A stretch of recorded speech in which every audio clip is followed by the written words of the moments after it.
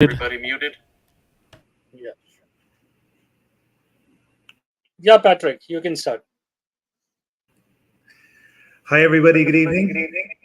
My name is Pádraig Call. I'm one of the founders of Clonakilty Distillery.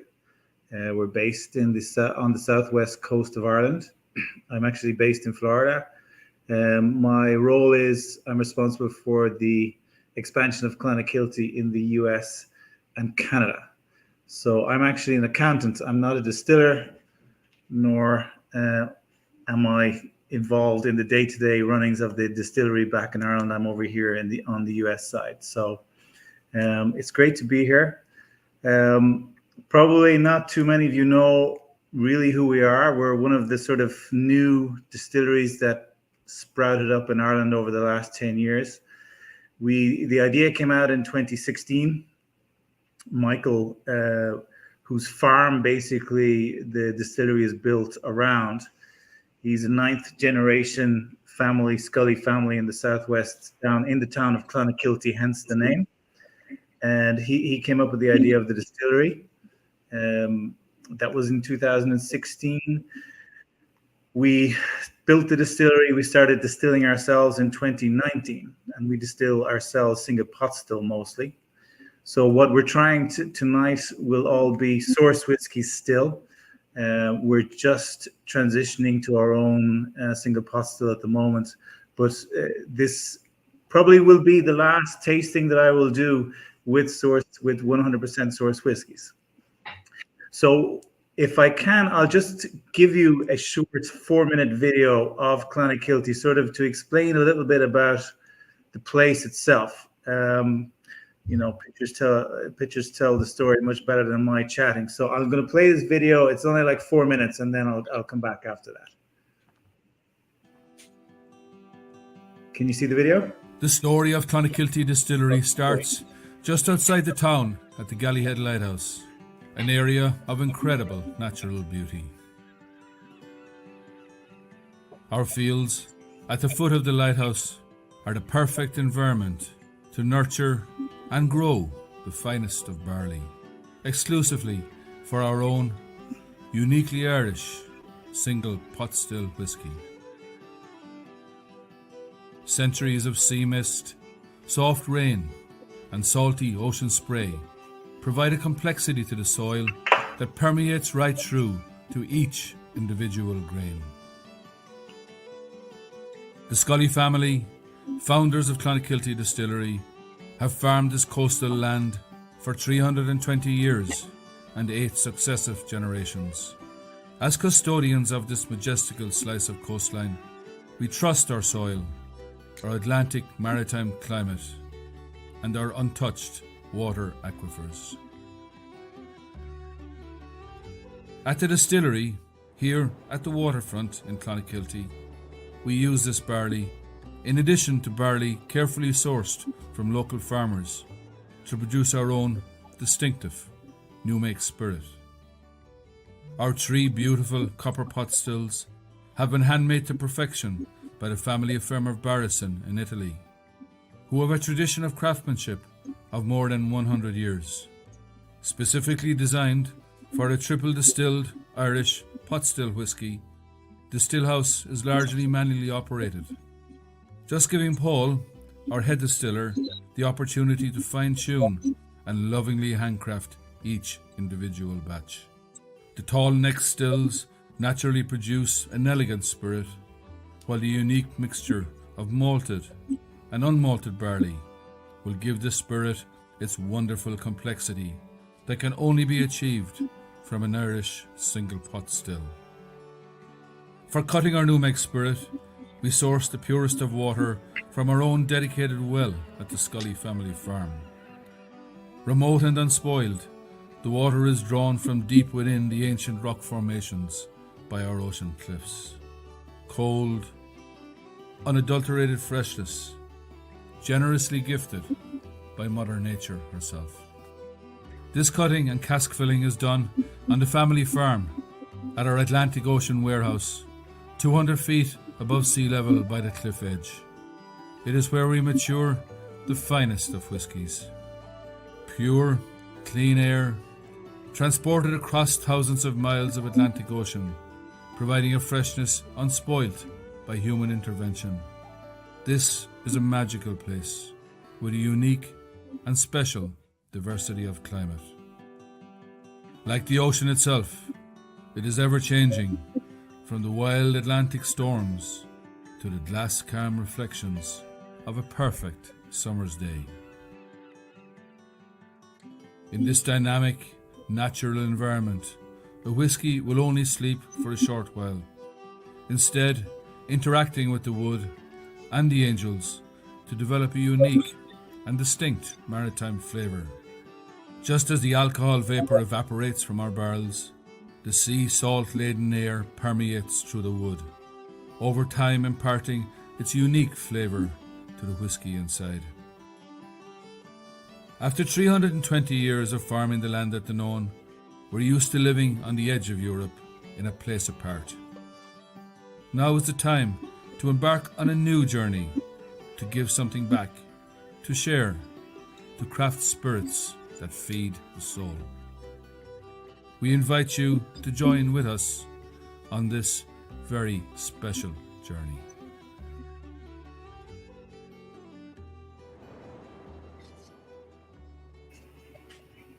Okay, so move from stage, move studio. So that's, I suppose, gives you an idea of the things.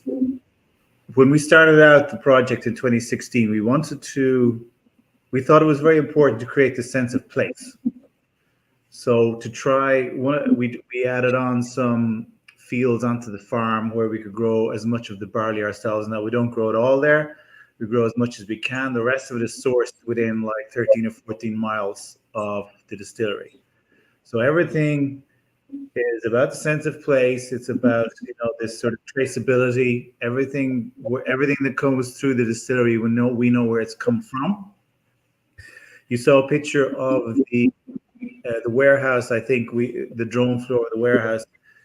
We designed the warehouse in such a way that the air vents are on the top of the wall on the sea side of the warehouse, and then the other vents are on the bottom.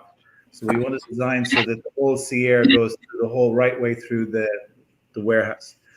And if you spend any time at the warehouse, it's like about 460 yards away from the edge of the ocean.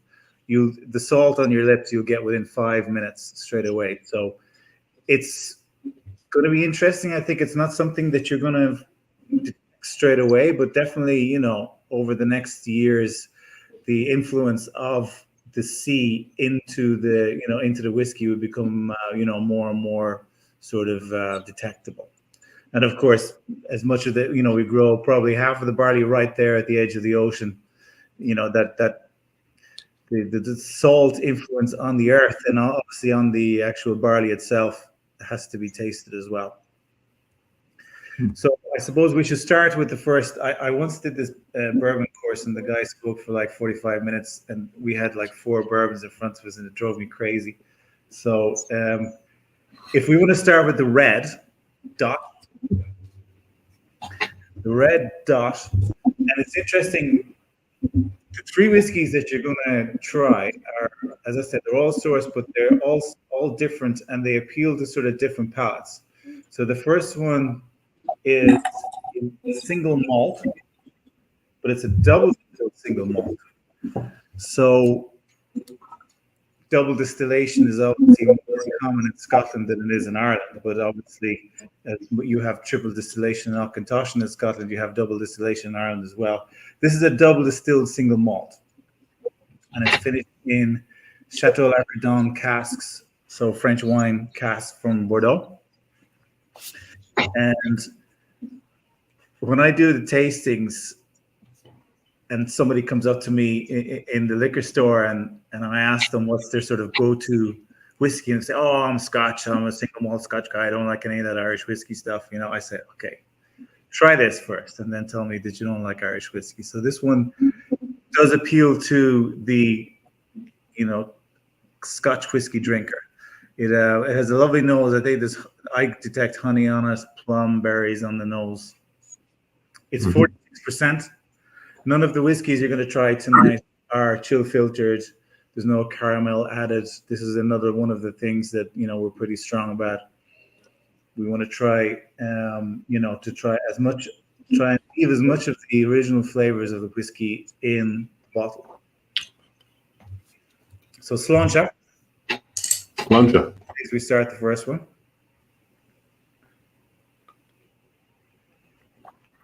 By the way, I'm here to answer questions as much as talk. So if anybody wants to sort of ask me any questions, feel free just to butt in at any time. How long was this age in cask for? This is aged about 5 years. 5 years. Okay. So obviously the challenge for every new distillery is, do you wait for your own distillers to mature, or do you try and source some whiskey in the meantime and try and build up your route to market? And we went for the latter. We said, okay, we'll build up a route to market, we'll source some whiskeys, but we'll try and put our own sort of flavor on them, try and to show people, okay, these aren't our whiskeys, but the quality of the whiskey, this is what we're trying to achieve when we bring our own single pot still. And so these are all very small batches. And this batch here it's 3,500 bottles. So that's a vatting of probably about 4 casks. So it's all small batches of perfection is what I like to talk about, what we try and do. We don't do sort of these big, huge vattings of whiskey. We select each of the casks ourselves. We put them down, we bring them down, put them down into the warehouse down by the ocean, and we take them out and use them as we need them. Pedro, you said 5 years? Is this 5 years in the ex-Bordeaux cask? And you said Chateau Lafresson? No, Chateau Lacardon. Lacardon. Thank you. No, it's about a year, and it's funny. We don't have a general rule. Our blender sort of every couple of weeks tests them out, and when they're ready, they're ready. Right. So sometimes we get down to France and we source the barrels. Sometimes we get the barrel sent up to us, and then obviously depending on how wet we are and all the rest of the stuff, and every barrel, as you know, is different. So it's coming to you sourced in an ex-bourbon barrel. Correct. Thank you. Okay. So it would have been in bourbon probably 4 years, and then more or less a year then in the finishing bar. In your warehouse. In our warehouse, yeah. So it's an open air warehouse, from what I heard. No, there's vents. It's not open air. There's vents on the side, the ocean side on the top, and then the other vents are on the other side of the bottom on the other side. So it's not open air. Yeah. So it's still controlled temperature? No. It is whatever it is. And one of the issues is we have a high angel share, because what happens is the weather in Ireland changes constantly. So we have a saying in Ireland, you can have all 4 seasons in one day. So what happens is the pressure changes all the time. So as the atmospheric pressure changes, there's expansion and contraction constantly. So that is all happening. So the whiskey is constantly working. So we have a high angel share, but we're fine about that. And there's a lot of working going on, but you don't have like rickhouse temperature differences like you have in the US. So there wouldn't be any difference in the temperature between the top and the bottom. And the warehouses are right on the coastline, Literally, it's 460 yards away. Somebody measured it. Because I could 200 taste. feet high. I could taste the little brininess, but after the brininess, the sweetness comes right away. Yeah. Did you say it was multiple stories? The warehouse? Is it multiple stories, or is it just the one single story? The whiskey inside is about the barrels are stored on they're palletized. So it's not they're palletized about 5 or 6 high. Okay.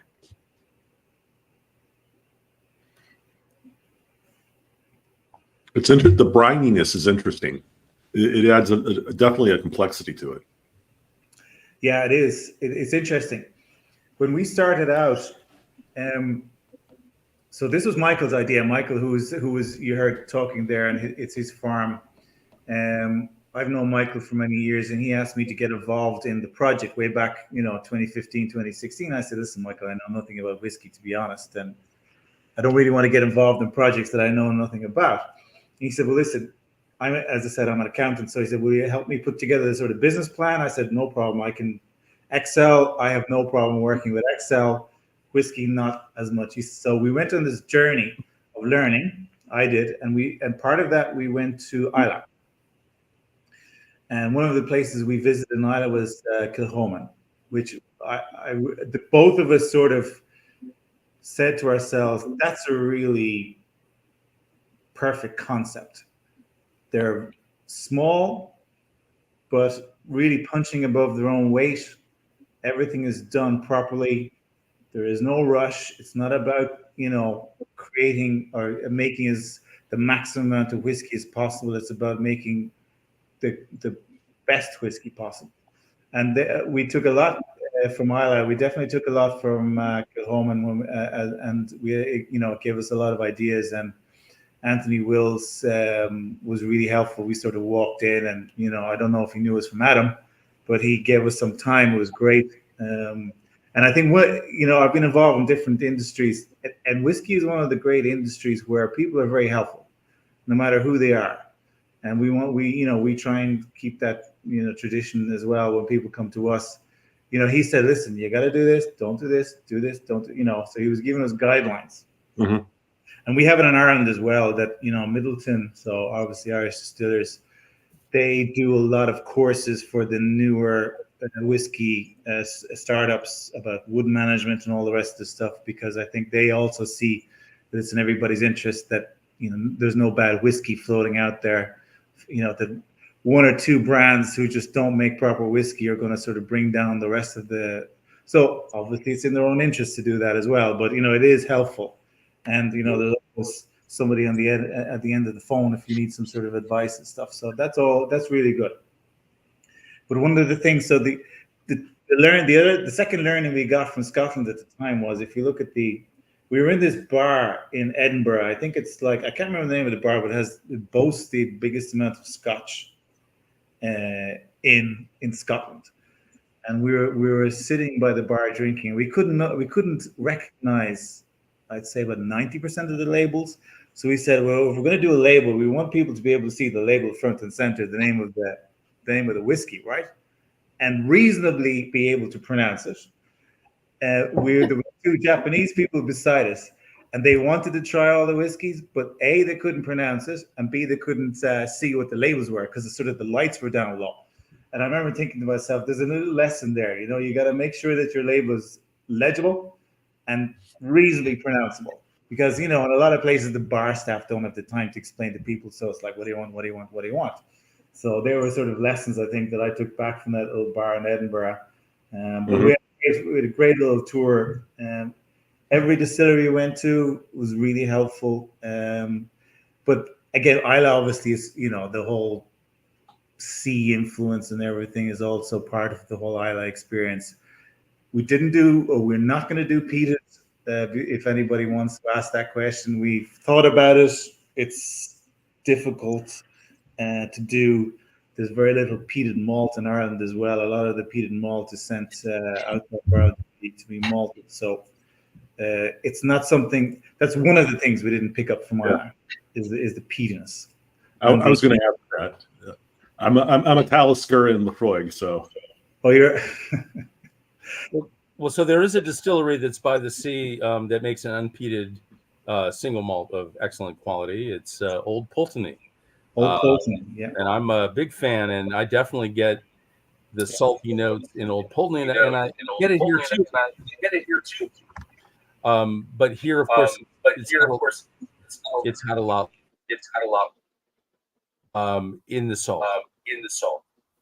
Total feedback. Yeah, I'm muting myself, so it's not me. I think it might be cayenne. Oh, so it does taste like Old Pulteney a little bit, but it also reminds me of unpeated Islay whiskey a lot. And for a 5-year-old, this is pretty amazing. there's a few things that we try and do a little bit differently than other distilleries. One is, if you ever get your hands on one of our bottles, you'll see written on it, the gentle cut. And the gentle cut came from a consultant that we had at the start. She said, listen, why don't you add water really slowly, as distinct from when you're cutting it from cask strength down to bottling strength. Generally, it's done really, really quickly within a day. And her suggestion was, why don't you do it over 2 weeks? And I think we were a little bit skeptical of it, but we tried cutting the whiskey 2 weeks versus 1 day, and we did notice that there was a difference. So it's something that we have continued on since then. I was 2 years ago, I was in Jacksonville. I was at an event, and this guy who was a bourbon guy said to me, try this. This is a really nice bourbon. And I'm not a huge bourbon fan, but I said, okay, I'll try this. And I was amazed by it. I turned around and I said, that's really good bourbon. I said, what's the secret? Because we add water very slowly over 2 weeks. There was a guy from Old Elk.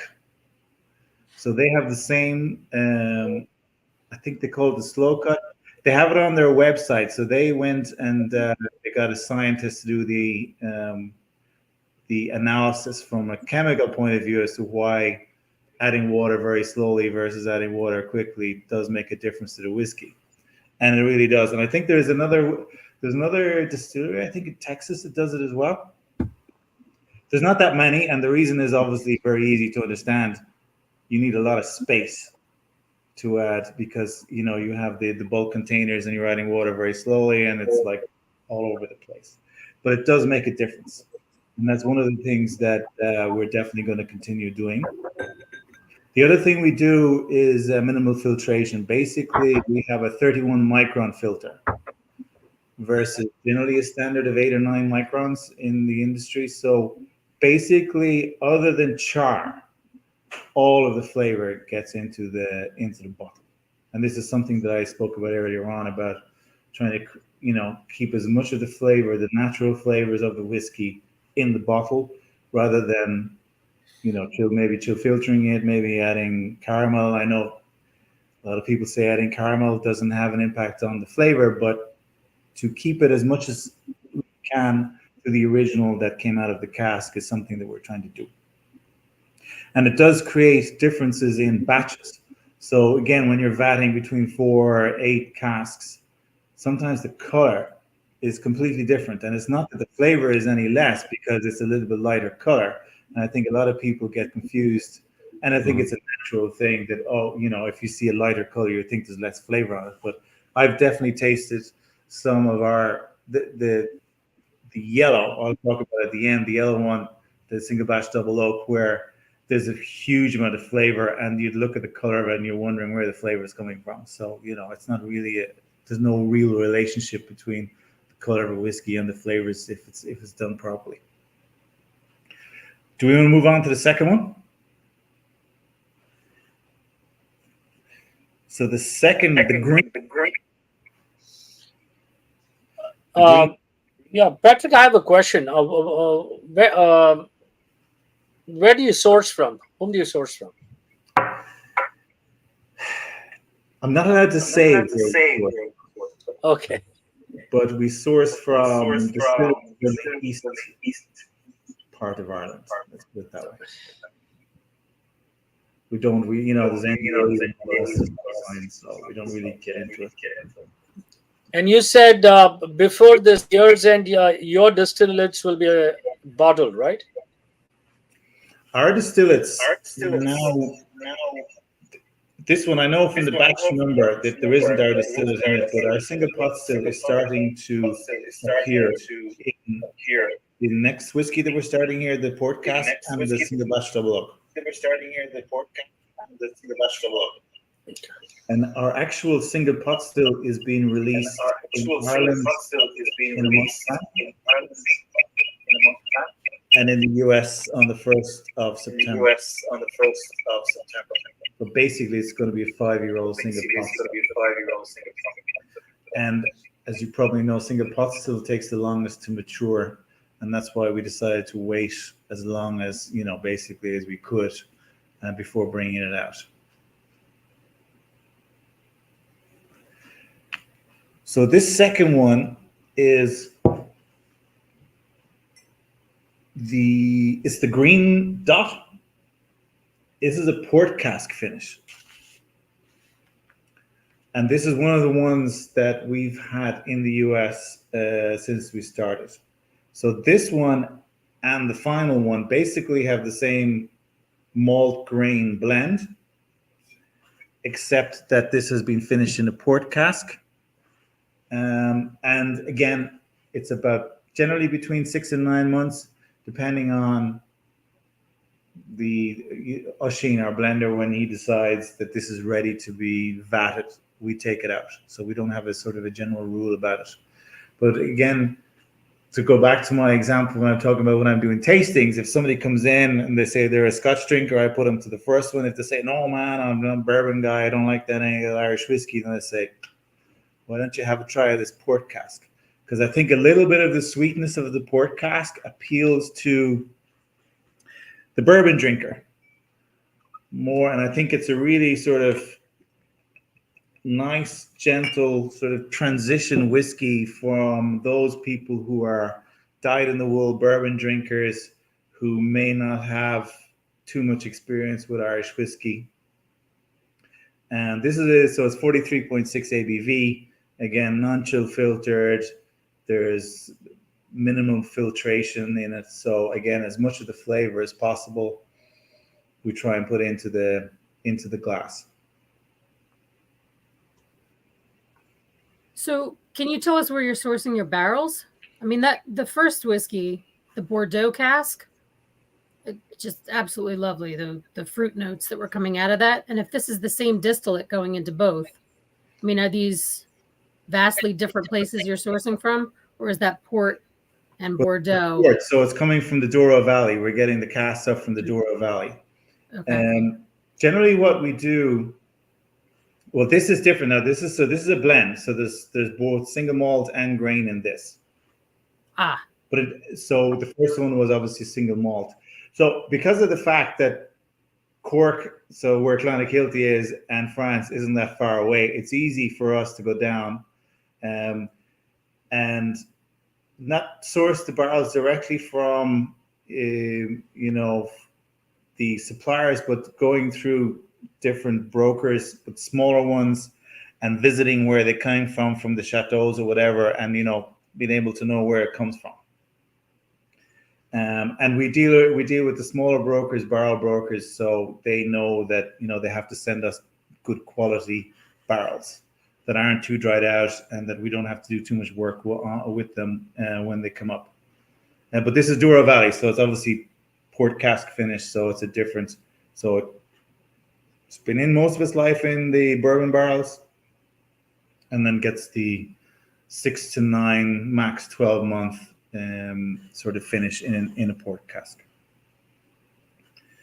If anybody's we brought out, just as a sort of an aside, we brought out an Armagnac finish, and the Armagnac barrels are much bigger. It took 2.5 years for the whiskey to be ready when we did an Armagnac finish, but it turned out to be absolutely one of the best whiskeys we've ever done. And we did it we did a barrel pick for a liquor chain down here in South Florida. It was really good. But anyway, so this is a port cask, so Douro Valley in Portugal, these casks come from. I think you're right. For bourbon drinkers, that's more along my lines. It follows in the lines of those weeded whiskeys, really sweet, hazelnut, pecan smell on the nose. I think it's perfect for that. Yeah, much drier. I almost get something almost like olives, kind of vegetal, and but the big difference is it doesn't have the florals. There was honeysuckle florals along with the red fruits, the red currant, in the previous one. This one's much more earthy, almost fungal. It's lovely, but I would think it would be less accessible in a way. It's less pretty, but I like it. Yeah, no, it sells. We sell a lot of this to port cask, and I think it's because of that. It just appeals to a different palate than the first one. But I think a lot of the challenges that we have are that most people's experience of Irish whiskey is basically as a shot whiskey, and it's something that you have as a shot, a chaser, or whatever. It's not something that you actually sit down and enjoy. Like Macallan or Lafroig or whatever. People just use it as a shot whiskey, and we're part of the sort of the education element that's going on in Irish whiskey over the last sort of 10 years to say to people, listen, they're fine whiskeys, nothing wrong with them, but hang on a second. There's a wider sort of album of whiskeys that you can have in the Irish whiskey space that is just more than, your standard shot whiskeys. And it's changing. I think that the great thing that's been done over the last 20 years in the Irish whiskey is obviously that the bigger guys were going for the younger sort of demographic about 10 or 15 years ago. And these people now obviously have more dollars in their bank account than they did 10 or 15 years. So they're more open to trying stuff. Whereas, and I think I'm right in saying, I read a statistic one time that the Irish whiskey drinker is on average 15 years younger than the Scotch whiskey drinker. So you have that sort of age on your side, and then obviously you have Pernod pushing Redbreast and Green Spot and Blue Spot and educating people also that Irish whiskey isn't just, Jameson and Tullamore Dew, here, try these as well. So there's a movement, I think, with the bigger guys in education as well to sort of educate the people that there is a reason why on the shelf in some places there is a whiskey called Blue Spot, which is 7-year-old single pot still, and it's like $269. It's a fantastic whiskey. It's one of my favorite whiskeys. But it's great that it's $269. And everybody gets a sticker shock, obviously, at the start, and saying, well, Irish whiskey is a $26 bottle. It's not a $260 bottle. But,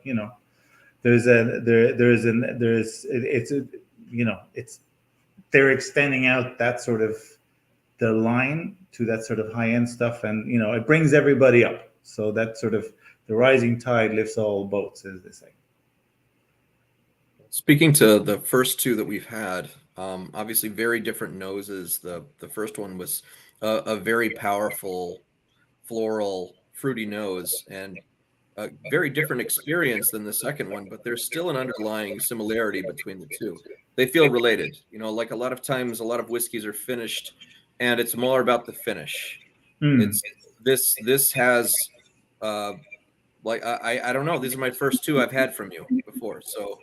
There seems to be an identity there. So I think it's hard to have your own style, your own identity. And so I think you already have that. So that's really all I'm saying. Well, yeah, I would definitely say the second one still had that brininess, but I think the port finish toned it down a bit where it was very subtle, but still detectable. Yeah. There is a clean linen heart to both of these. And I see what you're saying. It's not uncommon in a whole bunch of different Irish whiskeys. I wouldn't call it characteristic of Irish whiskey, but I've definitely noticed it's Cooley, and oh my goodness, a newer distillery that is I'm blanking on now, having a senior moment. Anyway, there's so many I could start naming them, but it could take a while to get to the one. Yeah, I mean, Irish whiskeys really had a renaissance. There was the huge explosion in the 19th century, and then U.S. prohibition and English prohibition and English economic boycotting following Irish independence really crushed Ireland's distilling down to a pair of distilleries until the 80s when Cooley came back. I know Beams bought Cooley, but now there's 60, 70, 80 distilleries. Yeah, there's something like that. Yeah, of all sort of sizes, shapes, and sizes. Yeah, it's a huge and fertile moment for Irish whiskey, and you guys are part of it. So respect and kudos. Thank you. No, it's good to be part of it. It's finding your sort of identity and all in that space, and trying to we don't have the marketing dollars of the bigger guys, and obviously the bigger you are, easier in some ways it is to set yourself out. But no, we're doing okay. Yeah, I think we're getting there. the 5-year this sort of moment. So our first distillation, I think, was like May the 2nd, 2019. So basically, we're now 5 years. We're launching the single pot still. So how is it? Talk about the new make. So we've won like best in World Whiskey Awards. I think we've best new make. We've won 3 times out of the last 5 years, something like that. So we've been pretty consistent about how the quality has to be. And so come on, give us some notes, tasting notes. The main finish is Amontillado. So there was a whole discussion about, sherry, what type of sherry. So it's Amontillado, it's Oloroso, a little bit of Oloroso, but more Amontillado. So you have a lot of the spiciness in it. You have a sort of stone fruits in it. I've had very little of it, to be honest, because I haven't really been back to Ireland. I'm getting a bottle sent out in the next month or two, this month. The bottle is being sent out. To be clear, when you say Amontillado and Oloroso, you're talking metaphorically. You're talking about a fruitiness and a rancio quality that's in the new make. Yes, yeah. Which is now it's now whiskey, right? Because it's 5 years old, so we're allowed to call it obviously whiskey. Oh, it's whiskey now, yeah, of course. Yeah. So that would have been but that's the finish. So most of it would have been in bourbon barrels, and then it's just been taken out for the last year and put into these barrels for the finish. That's exciting. Will you come back and do a tasting with Coco when you release your own distillate? I would love to. And we're bottling little 50 mLs of the whiskey, I think in June. So I'd love to, because we're launching it around September 1. We want to be in the stores around then, so we're getting a little mini sent out. So if I'm invited back, I would love to come back and or maybe try and get our Oisin, our distiller, on as well to have a chat about it. Yeah. That would be interesting. I was going to say that's a story. The tasting notes that we write here with the source ones, and there it's provenance, and I get Sean's point that these taste like they're the same distillate, but they're a source distillate, and then to come back and try it with Clonakilty's own distillate would really be an interesting angle to talk about. No, it would be. I think it definitely would be. Yeah, and I mean, we've been working to the moment where we can say, look, everything that's in that has been sort of grown within 13 miles and all the rest of the stuff. You know what I mean? It is something special.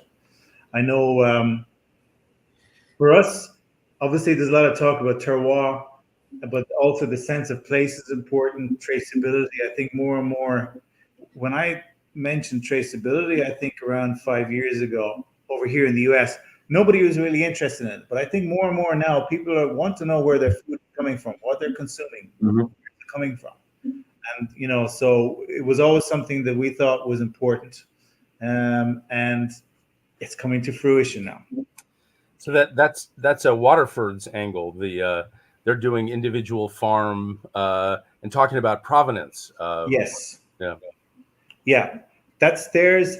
I suppose they've done it differently in that they've gone around Ireland and they've sort of grown barley in different places around Ireland, and they're saying, well, look, here's a farm 200 miles away from this farm, and here's the difference. And there's amazing differences, obviously, between them, just from having the same style of distilling and then just using a different barley. So they've done it sort of a different way than we have, but that's also it's good, yeah. Well, it's an interesting story with them. I mean, they're selling a lot of 3 and 4 year old. You're older than that already, and for them, they're sort of touting that as a way of tasting the nature of the grain, and they're playing the youth as a strength. And obviously, that's a game that a lot of newly opened distilleries will do. And there is something to be gained from young.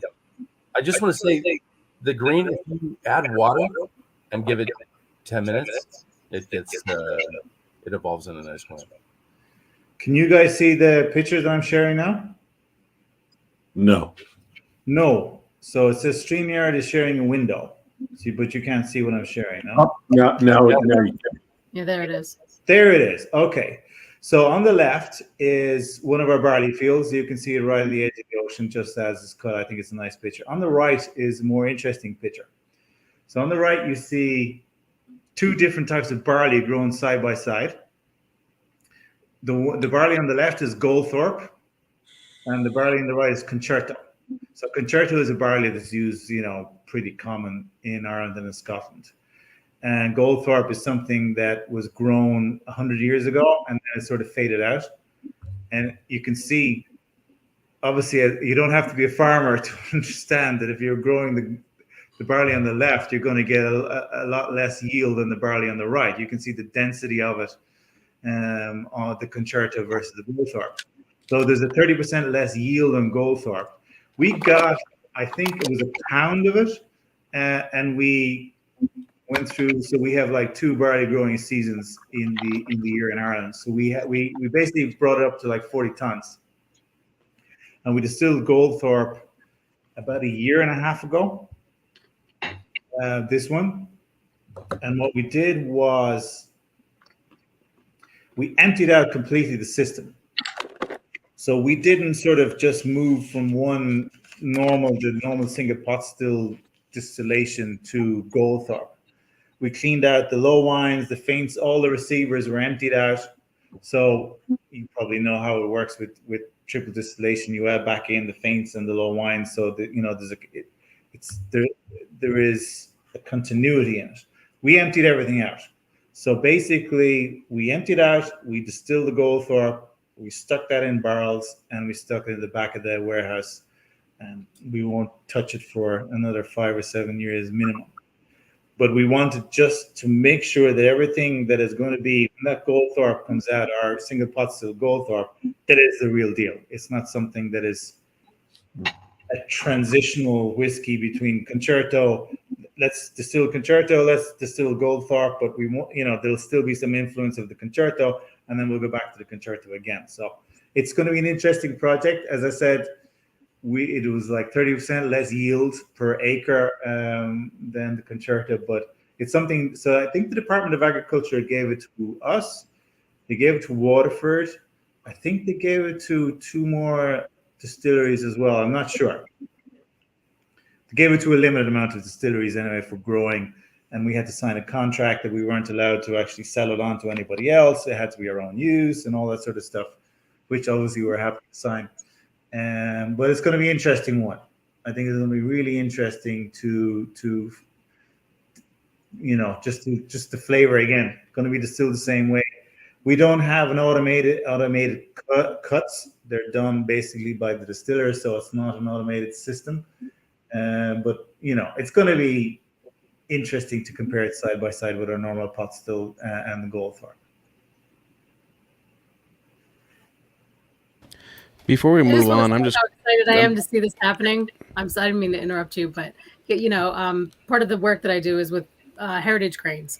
So to see this happening in Ireland as well as here in the United States, I mean, I was smiling along with you the whole time. You were talking about it. So thanks for getting involved in that.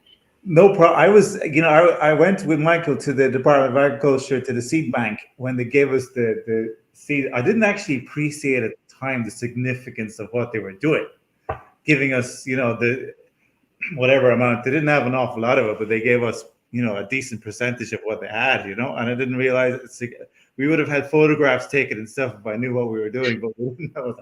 We got to stop off with these guys and take a pound of this stuff and let's grow it, But again, it's all about, not just being a mass-produced whiskey. It's all about creating little sort of batches of perfection, and why is it different than this one, and all the rest of the stuff. Is it because of the wood is different? Is it because the barley is different? It's a little bit of an adventure, and it's not for everybody. It's not for the consumer who just wants to go in and take a bottle of whiskey for $22 or $25 or whatever it may be. It's for somebody who wants to sort of understand and maybe appreciate a bit more, a little bit of the craftsmanship that goes into it. And we also, for those who are of a scientific sort of bent, we do 100-hour fermentation. So we take a longer fermentation, let's say, than 72, 76, 80 hours. We do like 100-hour fermentation generally. Sometimes over the weekend that can extend, but generally it's a 100-hour fermentation. We don't sort of push the stills to the max. We don't push the fermentation to the max. It's not about making as much whiskey as possible. It's about making the best whiskey that we can. Yeah, Patrick, one of the primary reasons that got me interested in your brand is sustainability. So I'd like you to talk more on how you plan to be more sustainable, because that's my key area. I mean, that's where I would like to, taste aside, business aside, I want to know how do you plan to contribute to the whole,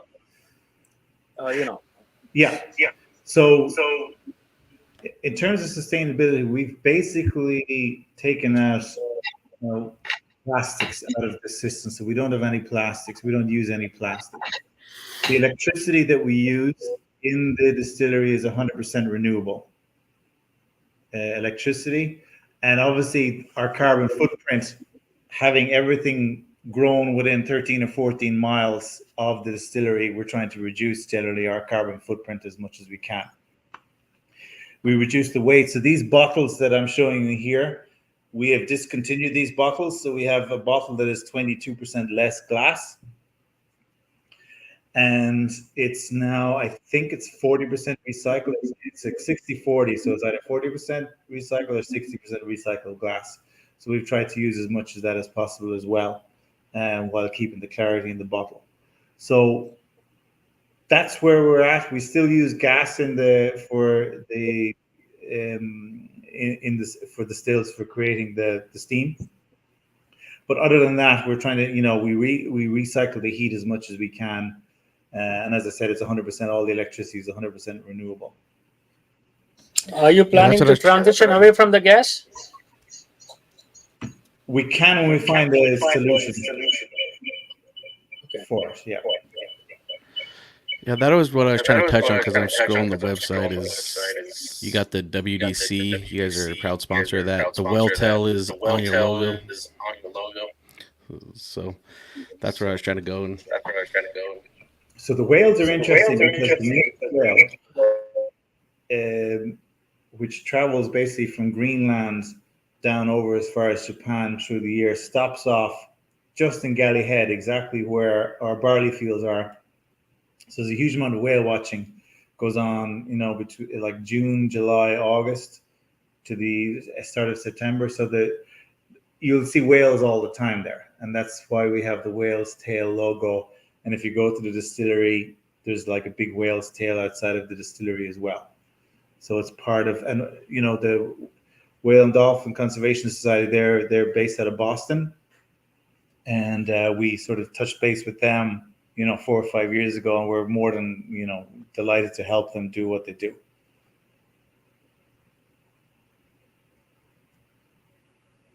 So we've one more. What are we on? We're 50 minutes in. So are we behind time or are we on time? How are we doing? We're doing good. We're doing good. Okay. Yeah, because this is the first time we are hosting Clonakilty in a group, so I want as many questions to be taken as possible, so that you. Well, I'm sitting at home. I don't know where else to go, so you can ask as many questions as you want. No, my focus is mostly any plans down the line to get B Corp certification. Yes, we're looking for it at the moment. Actually, yeah, because our business needs to be more ethically and driven, moving into the future. Because the fact I like that you're planning to keep your operation small.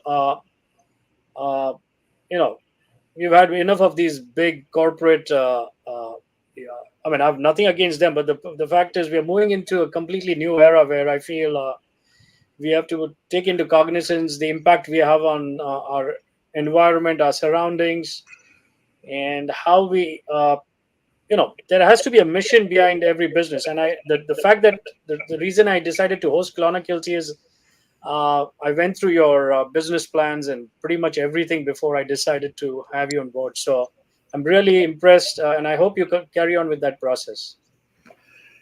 Well, good to hear. Thank you. Good to hear. Thank you. I wonder if people appreciate it or not. No, we definitely will. I mean, I don't think there's any question that we would change that. Clonakilty itself is very proud of what it, as a town. It was like the first autism-friendly town in Ireland. It has it's like big into food, and again, traceability. I keep coming back to traceability. That's, in my opinion, that's going to be the big thing in the next 10 years, 10 or 15 years, traceability. And sustainability always is dependent on oil prices and all the rest of the stuff. And it's a sort of a catch-22. That people pay more attention to oil prices go sort of thing, and oil prices are down. Yeah. And we as consumers have, we can do much more to further this cause than driving EVs. We could also buy products from sustainable people who practice sustainability. So the whole idea behind Whiskey Mavens is basically to promote relatively, not small brands, but artisan brands, basically. Yeah. And people who are into fair business practices. That's the whole idea. It's not beyond taste, beyond getting high, getting drunk. It is doing our bit for doing it properly. And I think taking pride over everything you do. And it's one of the things that we're very conscious of the fact. And when I was at a bar one time and I was tasting this single pot still, and I just didn't think it was a really good single pot still. And I went back to our distiller and I said, why is that pot still tasting like that and not like what we're trying to do? Is it because fermentation is too fast? They run the stills too fast. Everything is all about just creating volume. And you can do you can make a whiskey, which is exactly the same type of whiskey, single pot still, but if you do it different ways, you can end up with two different whiskeys completely. So it's something we're really conscious about, that we produce about 300,000 liters of alcohol a year. We could do 500,000 if we wanted to.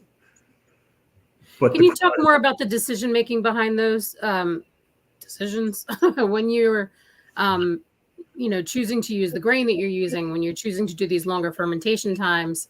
Who's the brains behind this outfit? Were you bringing in consultants, or is this something that is within your group? We had some consultants, but it was something within the group. And it was something that, as we were traveling around before we made the sort of final decisions as to how it was going to be, that it was something that, A, we felt it was important from the start, but B, it was something that was going to become more increasingly important to people in the future.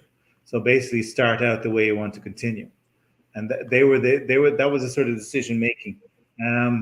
As I said, Clonakilty as a town is sort of very proud of the fact that it's sort of, is sort of very advanced in how it's thinking and all the rest of the stuff.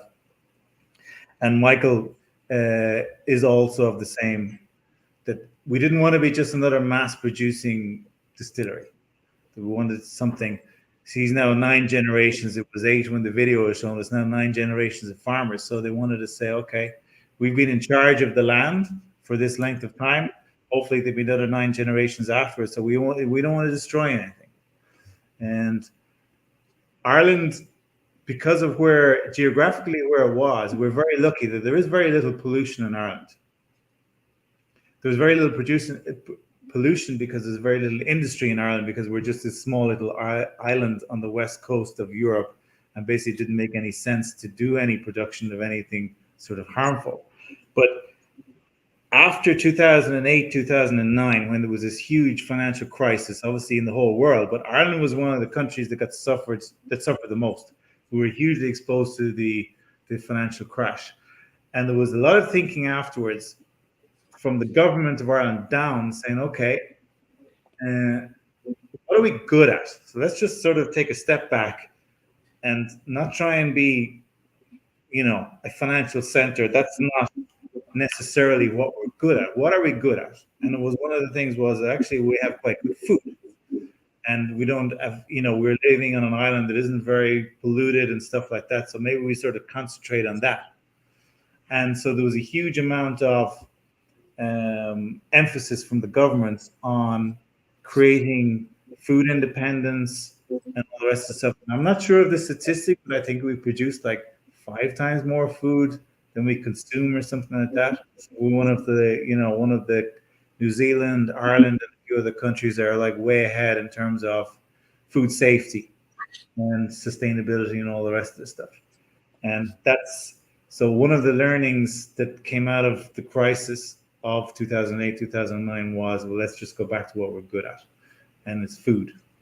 And so it became, and it's very easy for everybody. We always criticize governments and these, civil servants for, well, what are they being paid for and everything else. But the Irish government and the Department of Agriculture and all of the sort of people around that sort of really helped small producers of food, so cheese, meats, anything, all that sort of stuff that we can grow, cattle, meat, all that sort of stuff. They've really pushed on that, and they saw that as a more sort of sustainable base, economic base going forward. And we had to go through the crisis to get to the point where it is, but now it's there.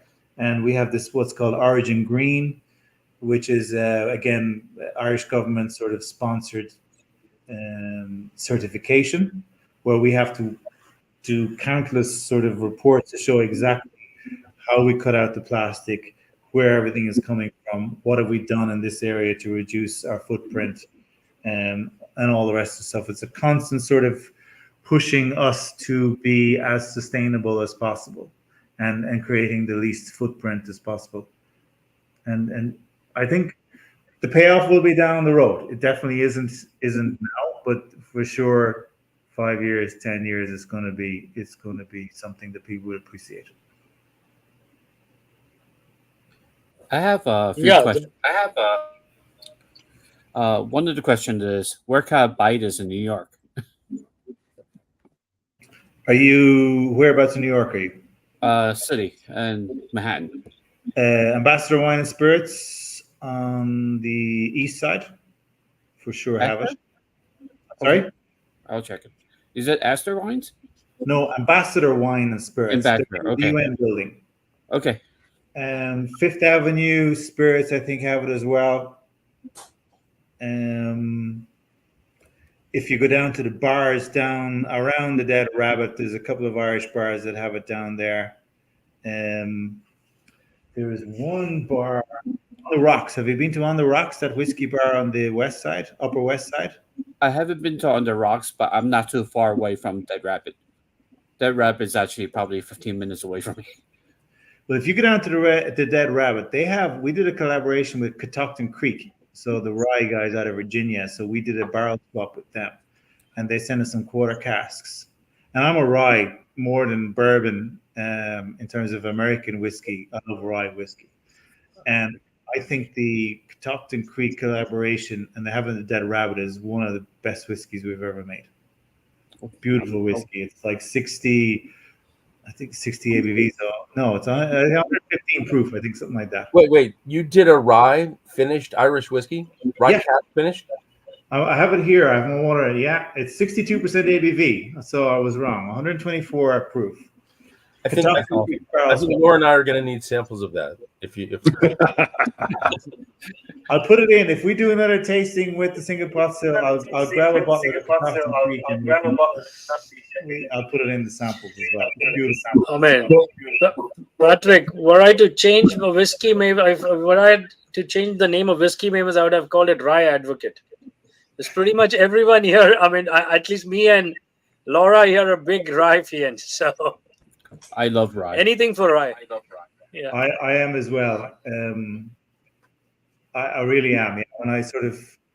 When I was traveling around, more the East Coast, obviously, in Pennsylvania and places like that, I was trying different ryes. It's like, yeah, I feel more at home drinking rye whiskey than I do bourbon. I'll be quite honest with you. Another question I have. Do you guys have distillery tours? Absolutely, we do. And anybody who, I'm putting my email on the, anybody who comes over from the US gets a free tour, because we reckon if you've come that far, you may as well, get the free tour. Wait, so I looked it up on Google Maps, and there's a visitor experience in downtown Clonakilty. That's us. Oh, that's you. And is that where the distillery is too? Yeah. So downtown, the Clonakilty's got like 4,000 people. So downtown, maybe a little bit of an exaggeration. So the distillery is right in the center of town. The warehouse is like, 6 miles away or whatever. So the building that we ended up in was supposed to be the headquarters of a bank, a regional bank. And again, 2008, 2009 came along, so they didn't go ahead with it. We managed to grab the building, rip the floor out of it, and created this beautiful sort of distillery building right in the center of town. Nice. So, similar question. Central Florida, like Orlando area, where would I find you guys? We're in Total Wine. If you want to go drinking in Orlando, the Castle Irish Pub, and in the Raglan Road in Disney Springs. I know you probably don't want to go to Disney Springs, right? But they have the Raglan Road have a set. But the Castle Irish Pub, which is like, I'm going to say it's like 10 miles north of Orlando, have a good selection of our stuff as well. It's a new pub, really good pub. I'll have to check it out. And for me out west, I know Utah's tough to get anything. We are not in Utah, but we are. So Vegas, out west, Nevada. We're not. California. We're in California. We're in Oregon, Colorado. Colorado works. But Sean. So Michael's son, Sean, he runs that sort of part of the U.S. So I would not be able to tell you anywhere. I've only been to Denver and the airport. I've never actually set foot outside of the airport, so I apologize. I have no idea in Colorado where we are, but I can find out. But is Utah a good whiskey? I mean, obviously, I understand Utah on the historical thing, but is there a lot of whiskey drinkers, or is there like a core whiskey drinker in Utah, or how is it? It's very mainstream, whatever's popular at the moment. There's not a lot of selection at the liquor stores. We do have a few. We have High West out here, Clearwater Distillery, Salt City Distillery. But other than that, there's not much. It's mostly mainstream stuff, and it's kind of sad because I got to find my stuff on the road. There probably isn't. No, but you're not too far from Colorado, so you're lucky in that sense, because Colorado is, it rivals Kentucky now. I mean, pretty much, there's so many distilleries there, and two of my favorites actually. July. Yeah, try and visit brother Leopold Brothers if you can. One hell of a visit, Leopold Brothers, and then if you can squeeze in Old Elk, that will be another interesting distillery to visit. Ask to see the 3-chambered still. I'm sure you can't miss it. Oh man, that's up. I wanted to ask you about the Old Elk. I mean, Greg Metz, you mentioned earlier with his slow, adding the water slowly. Have you had a chance to stripping?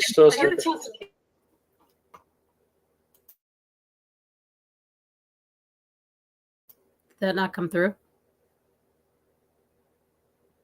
We heard adding the water slowly, and then I didn't catch the last word. Did you have a chance to speak with Greg Metz personally? Anybody at the distillery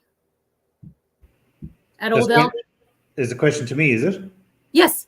No. I met him at a show one time, and I just said hello to him and said, "Listen, we do the same thing," but it was literally like a 60 conversation. So, we haven't really, we've collaborated with Catoctin Creek.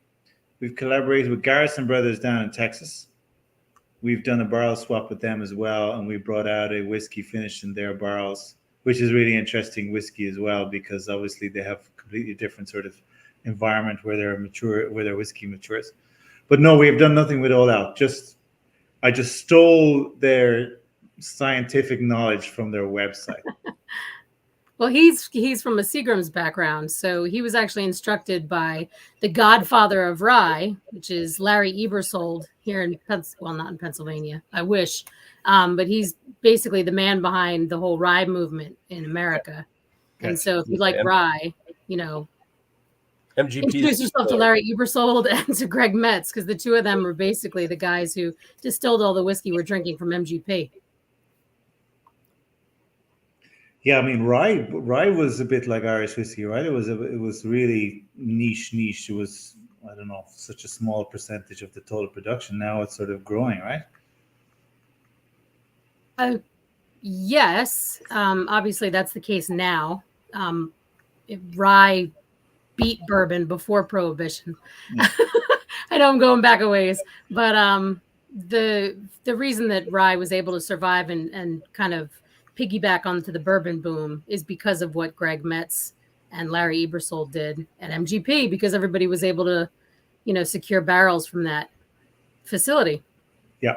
Well, yeah, but I mean, the reason why that lifeline was so important was that rye had almost, I mean, not entirely, obviously, there was still going on at Wild Turkey and a number of other distilleries, but rye had mostly disappeared.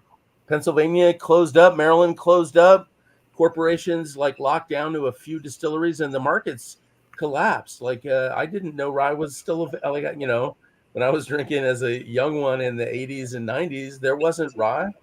And then the usual credit is the cocktail revolution brought rye back. Right, the bartenders. So we were just talking about the Dead Rabbit. This is the cocktail revolution in New York. It's one of New York's leading bars. It is centered on Irish whiskey, and it's really quite something. Because you're right, a lot of people think of Irish whiskey as a shot.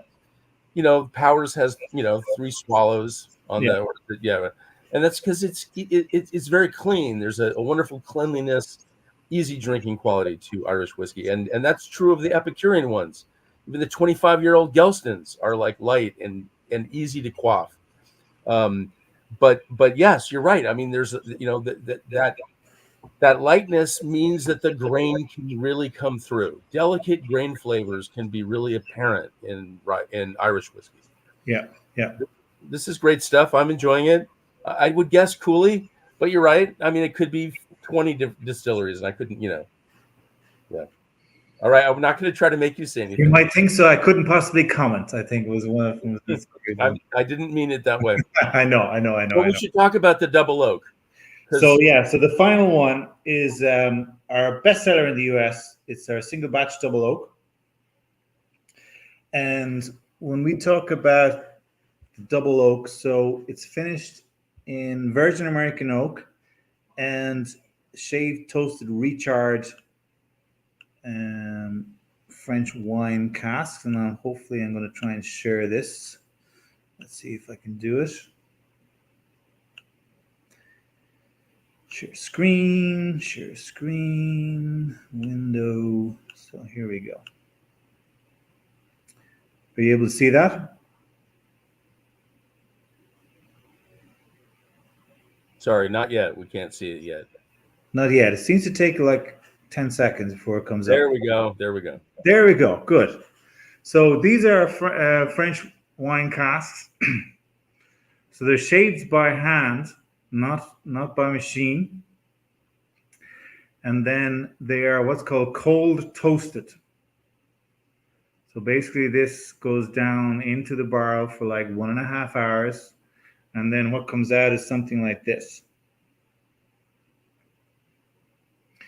And so we have, the single batch double oak, most of its life was in bourbon, and then some of it goes into virgin American oak, and some of it goes into these shaved, toasted, recharred casks. Is there fire in the barrel in that? Yeah, exactly. So there's charcoal fire in there to toast it. That's how it's being toasted. So. Oh, I see. No direct flame, just radiant heat. Yeah, can you see it being increased there? Yeah. Yeah, it's like a steel brazier, like a chimney starter for your grill. Yeah, so it's that's why it's in there for 1.5 hours. And we this was sort of introduced to us in around like batch 5. We're now on like, what's this? Like this is batch 20. And after we introduced this process, we got like 2 double golds in San Francisco. And I think it's a really, really nice whiskey. And I have to say it is completely won me over. I think it's absolutely delicious. Mm-hmm. And again, to talk when I not to sort of keep going back to it, but when I go to these, when I'm doing tastings, someone said, "Oh, I'm an Irish whiskey drinker," I say, "Okay, this is the one for you. This is the Irish whiskey for Irish whiskey drinkers who want something a little bit sort of different, a little bit better." Yeah, it's very, very elevated. It's a nice, yeah. So you can detect, obviously, from the Virgin American oak. Obviously, you can get a bit more tannins in it than you might get from, your normal standard triple distilled Irish whiskey. But I think it's I think it's obviously our bestseller for the last 2 years. The port cask. At the start, the port cask is our bestseller. Now this is our bestseller. And I think it is quintessential Irish sort of whiskey. It's an Irish whiskey, but it just has sort of, I would say, an elevated quality of an Irish whiskey. That's what we're trying to do. That's what it has a beautiful nose, very fragrant. It's very subtle, but what I got honeycomb and a floral like honeysuckle, but from a distance, but also dry sunflower seeds, like in a grain bag, like in a burlap bag that's half full of clean sheets, like clean sheets next to the grain, and then it's just delicious. It brings salt and caramel, like honey toffee salt on the palate in the aftertaste. The finish is like I've been eating butter brickle. It's just beautiful. Yeah, no, it's interesting. The fresh cut grass is another one of the things that I always sort of detect in it when I'm drinking it. It's a nice. I get that Chinese candied ginger in this. You find in most of the Asian markets the candied ginger. So I get that feel. Yeah. I do have to ask because you brought up the word charcoal and I'm a barbecue guy. What kind of charcoal are you guys putting in those barrels? Is it an oak or what kind of charcoal is it? It's oak. So we don't do any sort of maple or any of that sort of stuff. It's oak. Yeah, it's the best for barbecue too. Post oak. It sure is. White oak all day long. Yeah. So there's a nice balance to it, I think, to this whiskey. Is what's in the brazier just the stuff they scraped out of all the barrels? Maybe. Say it again. I mean, speaking of oak, burning oak in the braziers. Oh yeah, they've been scraping barrels. They have a big pile of oak shavings. Or they just take barrels, that they can't, just their life, they can't sort of make into anything decent. They won't hold up to any sort of pressure testing and just cut them up and put them in. Yeah. It's what the photo looked like slightly to me. Looked like it was old barrel. Stave chunks. Yeah. Yeah, exactly. Also sustainable, right? Could you show me the bottle of the first one again? So the first one we tried? Yes. Okay. I see. Thank you. No problem. Does double oak mean that it was in 2 barrels or Yeah, the finish. So the finish was in Virgin American oak and the toasted French wine. And in the photos that you had, that was the toasted. That was French wine. Do you know how long it was in each? Again, it depends. Anywhere between 6 and 9 months, generally. Yeah. Do you have any plans to blend sourced distillate, or not distillate, but sourced barrels with your own distillate and your own barrels? Yeah, we do. In Ireland, we sell, so the port cask the next shipment of port cask and single batch double oak will, instead of having the source malt in it, we'll have the source single pot still in it. So there'll be blends of our own single pot still and grain whiskey, which is sourced. We don't have a grain, we don't have a column still, so we're always going to source grain whiskey. So going forward, we're going to have our own single pot still, which is 100% our own barley, and then we'll have other whiskeys, which will be our own single pot still, but with source grain in them.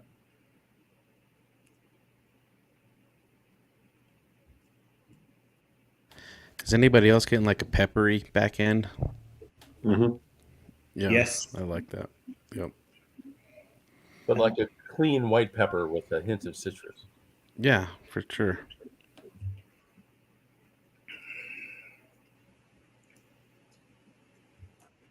No, I keep coming back to it. Honestly, when you do small batches of whiskey, it's funny, and I should have kept batch 1, 2, and 3 to compare with how it's evolved, because I'll be honest with you, it's a better whiskey now than it was when we started. It's not the same whiskey because we've sort of found things that we like that work, and then we've just sort of modified it, and evolved. And I think now in the next, as I said, the next shipment, which will have our own single pot still in it, you have more of the spices that you get from the single pot still in it as well. So that will hopefully elevate it to an even higher level.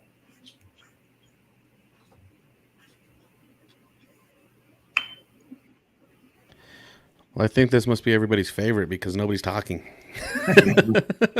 This Just is smiles. Yeah, this is Smiling. very good. It's a really good one. It is wonderful. I'm not sure though. I think I still prefer the first. You know, I hear you. The first one might actually be better. I'll go It's back. the fruit component. I'm a sucker for it because of rye.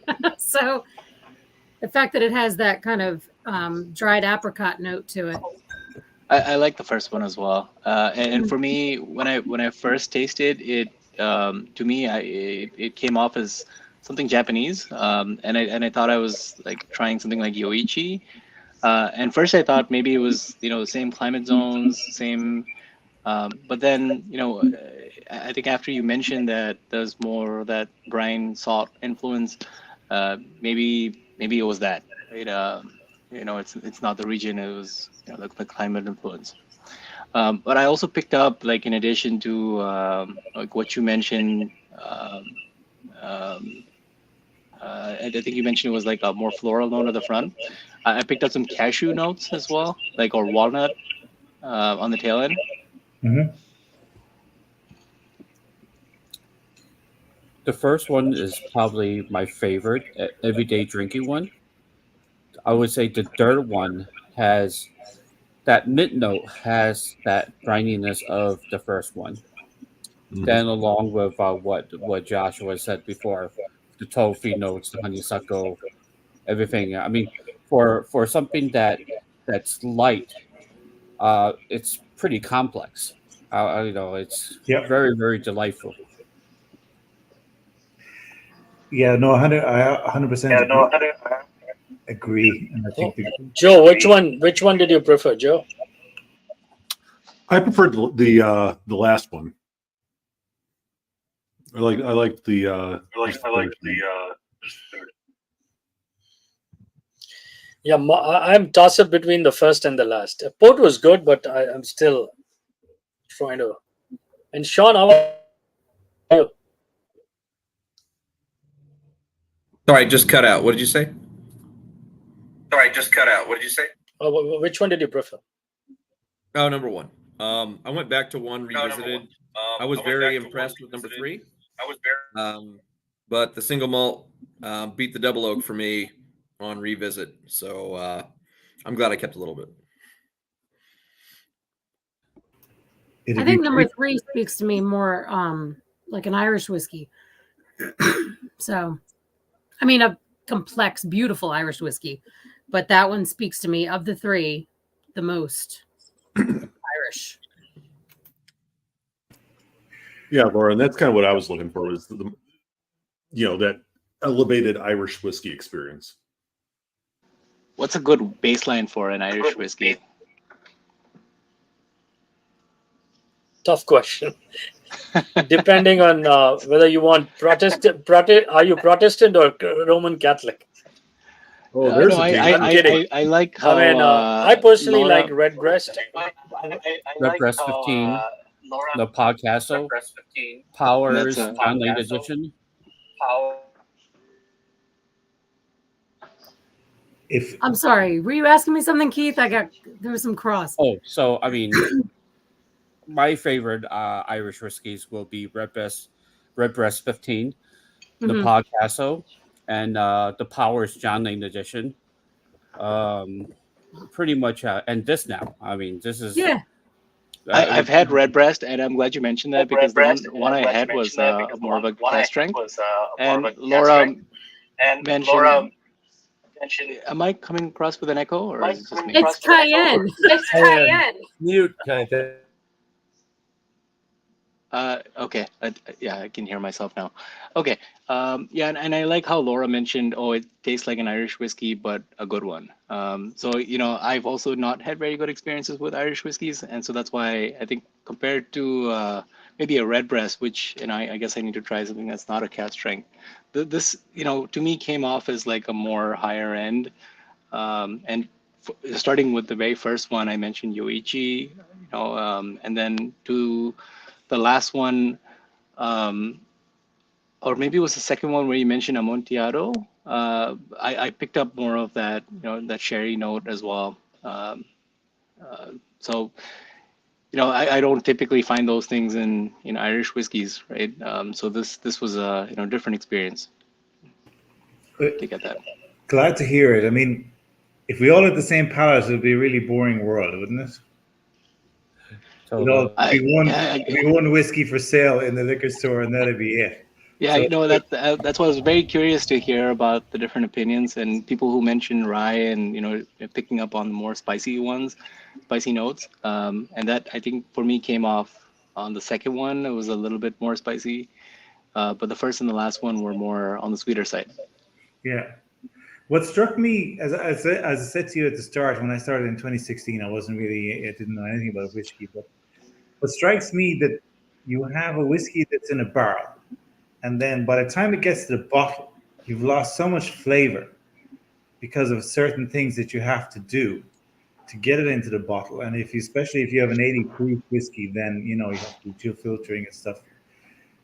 Our goal is to try and keep as much of that flavor that was in the original cask to have it in the bottle, and obviously show a little bit of the different, what you could do with the same, the port. So the second and third whiskey is basically the same mash bill. It's just that the finish is different.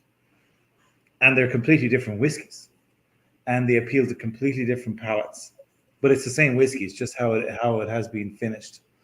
And, so our goal is to produce a single pot still, and that's what we're doing this year. But at the same time, we want to try and show, look, this is what you can do with Irish whiskey. It's, as I said, it's not just a shot whiskey. You can do very interesting things with it. You just need to take your time with it and do, open your mind a little bit, and and you never know what comes out. Well, the quality definitely shows through. Thank you. I Well- agree. This is one of the best I had for a long time. Well, I'm pretty new to Irish whiskey, and this is probably my first experience really digging deep into it. I have a bottle of Redbreast 12 years sitting here I've never even opened, so I'm kind of scared to open it now. Go ahead and open it. It won't bite you, I promise. Redbreast 12, great whiskey. Yeah. If I'm not drinking Clonakilty, I'll drink a Blue Spot, great whiskey as well. But look, Cian is telling me I have to finish up, so it's been great. I'd love to come back. I'd love to be invited back when we have the single pot still. We can have the Catoctin Creek collaboration, so you can see what Irish whiskey tastes like in rye barrels. And listen, it's been great talking to you. It's been a really fast 90 minutes, which is always a good sign. Thank you, Patrick. Yeah, thank you. Thank you, everybody. I'm just ending the stream.